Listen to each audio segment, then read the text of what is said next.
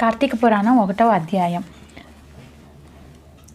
వశిష్ఠముని జనక మహారాజుకు కార్తీక మాస విశిష్టను వివరించటం. ఇదే మొదటి అధ్యాయం. మహాజ్ఞాన సంపన్నులు తపోనిష్ఠులైన ఋషులకు మునులకు నిలయము పుణ్యప్రదమైన నైమిషారణ్యము. భారతదేశమునందున్న ఈ నైమిషారణ్యము రకరకములైన పళ్ళు, కాయలు, పువ్వులతో నిండి ఉన్న వృక్షాలు, చెట్లు, లతలతో అలరారుతూ ఉంటుంది.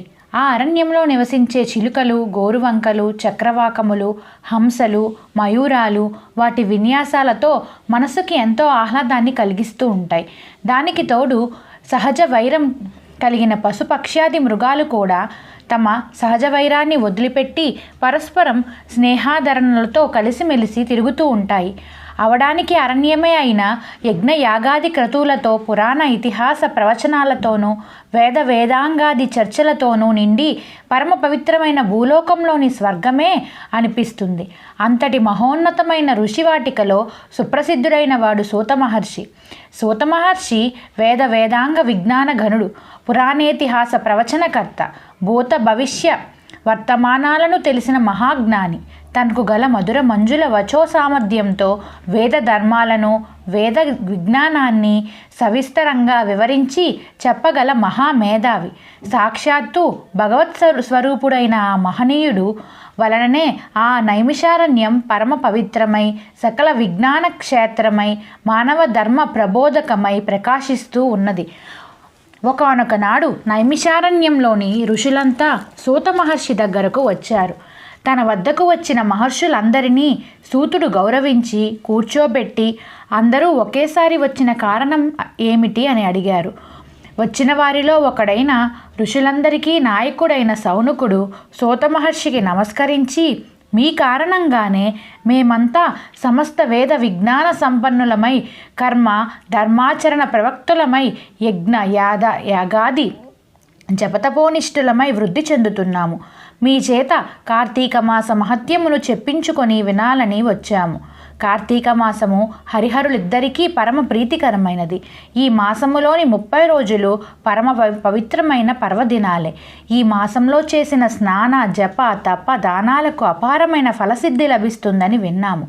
అంతటి విశిష్టమైన కార్తీక మాస వైభవాన్ని అంతటినీ సమస్త విశేషాలతో సవివరంగా వినిపించి మమ్మల్ని కృతార్థులను చేయవలసింది అని సవినయంగా ప్రార్థించారు.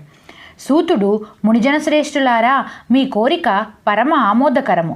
మీరన్నట్లే కార్తీక మాసము అత్యంత పుణ్యఫలమైనది. ఈ మాసం కేవలం హరిహరులకు మాత్రమే కాదు, సమస్త దేవతలకు ప్రీతిపాత్రమైనది. ప్రతి మాసంలో ఏదో ఒక రోజు పర్వదినం ఉంటుంది. కానీ ఈ కార్తీక మాసంలో 4 రోజులు పర్వదినాలే. ఈ మాసం ధర్మ కార్యాచరణలకు, నియమనిష్టలకు నిలయము. ఈ కార్తీక మాస మహత్యం విన్నవారికి పుణ్యగతులు లభిస్తాయి. ఈ మాసంలో కర్మసాక్షి అయిన సూర్యభగవానుడు తులారాశిలో సంచరిస్తూ ఉంటాడు. కనుకనే ఈ మాసంలో చేసిన పూజలు, వ్రతాలు, దాన ధర్మాలు, దీపారాధనలు, నక్తములు, ఉపవాసములు, పురాణ శ్రవణములు అనేక జన్మలలో చేసిన పాపాలను పరిహరింపచేసి పుణ్యగతులను ప్రసాదిస్తాయి. అభీష్ట సిద్ధి లభించి జీవితం సుఖమయమై సాగిపోతూ ఉంటుంది. ఇహపరాలలోనూ ఉత్తములై వర్ధిల్లుతారు. మానవ శ్రేయోభిలాషులై ధరించే మీకు ఈ పురాణాన్ని వినిపించడం వలన నేనే ఉత్తమగతిని పొందాను అన్నాడు. వశిష్ఠ మహాముని జనక మహారాజు కార్తీక పురాణం చెప్తూ, మహామునులారా, ఈ కార్తీక పురాణమును గురించి స్కాంద పురాణంలో ఉంటుంది.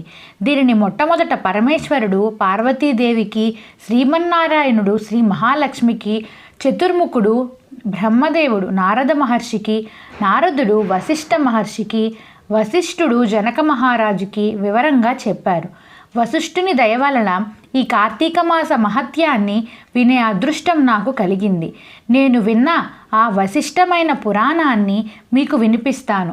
సావధాన మనస్కులై విని తరించండి. ఒకనాడు పవిత్ర దినాన వశిష్ఠ మహర్షి మిథిలా నగరానికి వచ్చి జనక మహారాజు దగ్గరకు వెళ్ళాడు.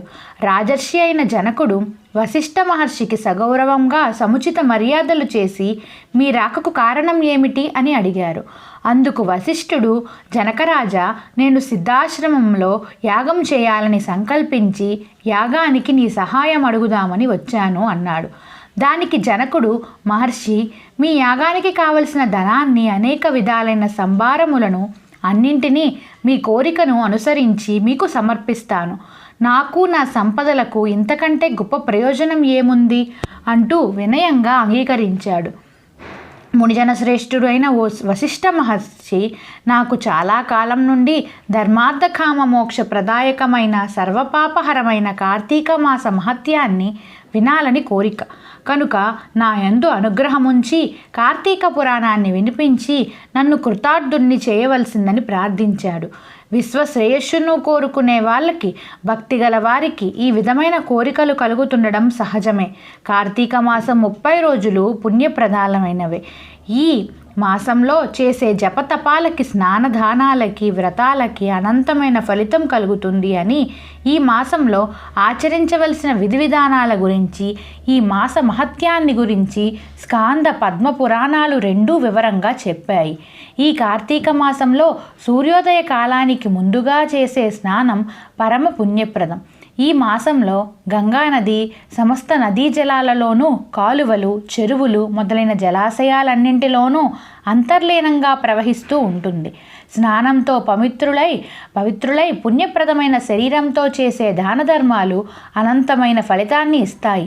ఈ మాసంలో చేసే పితృకార్యాలు, పితృకర్మలు 7 తరాల వరకు పుణ్యగతులను కలిగిస్తాయి.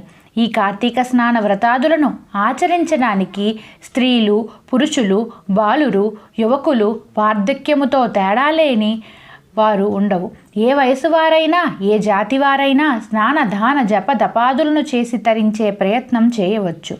జనక మహారాజా, ఈ కార్తీక మాసానికి అధిపతి దామోదరుడు కనుక దామోదరుణ్ణి పూజ, కేదారేశ్వర వ్రతములను ఈ కార్తీక మాసంలో ఆచరించడం వల్ల శివకేశవులిద్దరి అనుగ్రహం అపారంగా లభిస్తుంది. జలరాశులన్నింటిలోనూ అంతర్లీనంగా ఉన్న గంగాదేవి అనుగ్రహము లభిస్తుంది. సూర్యోదయానికి పూర్వమే చేసే స్నానం ముక్తిప్రదమైనది.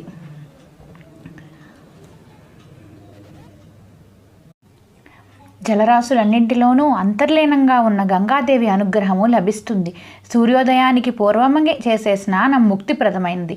మనం కార్తీకంలో చేయవలసిన దాన ధర్మాలు, సంధ్యావందనాది నిత్యకర్మలు, తర్పణాలు, దీపారాధనలు, దీపదానాలు, వనభోజనాలు, సమారాధనలు, సోమవార వ్రతాలు, కార్తీక పూర్ణిమ నోము ఇవన్నీ కేవలం పుణ్యమును ప్రసాదించడమే కాక శరీరానికి తేజస్సును, శక్తిని, మేధస్సును, మనసుకు శాంతిని, స్థిరత్వాన్ని, స్థిమితాన్ని, సంపదలను కూడా కలిగిస్తాయి. భుక్తి ముక్తులను ప్రసాదించే ఏకైక మాసం కార్తీక మాసం. ఈ కార్తీక మాసంలో ఏకభుక్తం, ఒక పూట ఉదయం మాత్రమే భోజనం చేసి ఉండటం, నక్తం ఉదయమంతా ఉపవాసం ఉండి సాయంత్రం నక్షత్ర దర్శనమైన తర్వాత భోజనం చేయటం, సోమవారాలు, పూర్ణిమ, ఏకాదశులు మొదలైన రోజులలో చేసే ఉపవాసాలు మోక్షప్రదాలు. పూర్తిగా ఉపవాసం చేస్తూ సంధ్యా సమయంలో తీర్థప్రసాదాలను స్వీకరించడం, ఉపవాసం చేయడం అనేది పుణ్య ముక్తి ప్రదాలు. వారంతట వారుగా ఇతరులు పెట్టిన దాన్ని మాత్రమే భుజిస్తూ నిత్యము జపము, తపము, పురాణ పఠనము, దీపారాధన చేయటం, క్షేత్ర సందర్శనం మొదలైన వాటన్నింటినీ భక్తి శ్రద్ధలతో చేయటం ఆయురారోగ్య అభివృద్ధికే కాక మోక్షకారకం కూడా. ఈ దీక్షతో కార్తీక సోమవార వ్రతం చేసిన ఫలితం లభిస్తుంది. మొదటి రోజు పారాయణం సమాప్తం. నా వీడియో మీకు నచ్చినట్లయితే నా ఛానల్ని సబ్స్క్రైబ్ చేసుకోండి. నా వీడియోని లైక్ చేయండి, షేర్ చేయండి. Thank you.